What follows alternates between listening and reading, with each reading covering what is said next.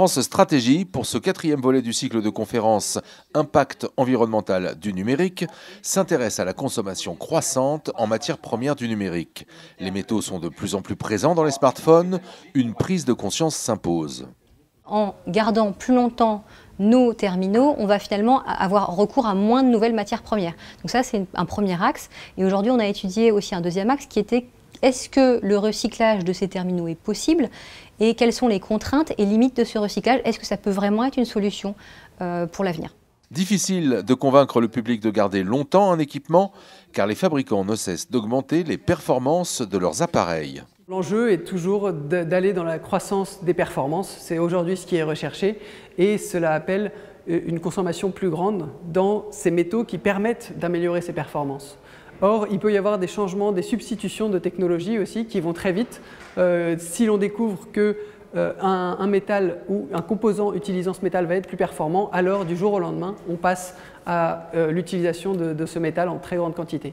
Et ça crée vraiment un phénomène économique aussi, puisque la demande augmente d'un coup et les modes de production doivent s'adapter. Quand on s'adresse à l'offre en métaux, on est obligé de regarder les paramètres géologiques en premier, c'est-à-dire qu'on ne va pas pouvoir obtenir du gallium ou du tantal par n'importe quelle source, donc il faut regarder les critères de la géologie et cette géologie n'est pas répartie également sur le globe, donc certains pays vont être plus riches en ressources et c'est pour cela que ça peut créer des enjeux géopolitiques, des enjeux de l'accès à la ressource et de l'acceptabilité de l'extraction de ces ressources.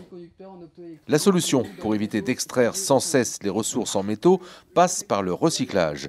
Mais il y a un paradoxe, le recyclage coûte souvent plus cher que l'extraction. On recycle très bien les métaux précieux et les métaux de base, les métaux majeurs, mais par contre les métaux mineurs qui sont répartis dans tous nos instruments électroniques ont des taux de recyclage très faibles, voire nuls. C'est principalement le business model de ces métaux qui n'est pas viable pour le recyclage.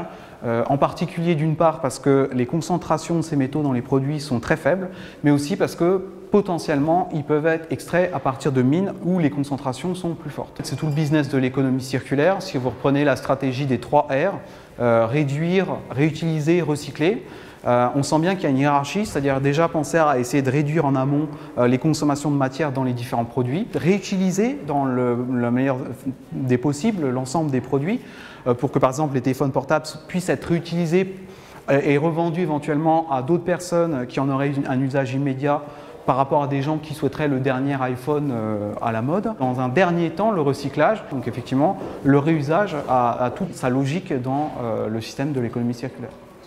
Le recyclage, un élément sans doute indispensable pour l'éco-conception, qui sera le thème du 5e volet du cycle de conférences de France Stratégie sur l'impact environnemental du numérique.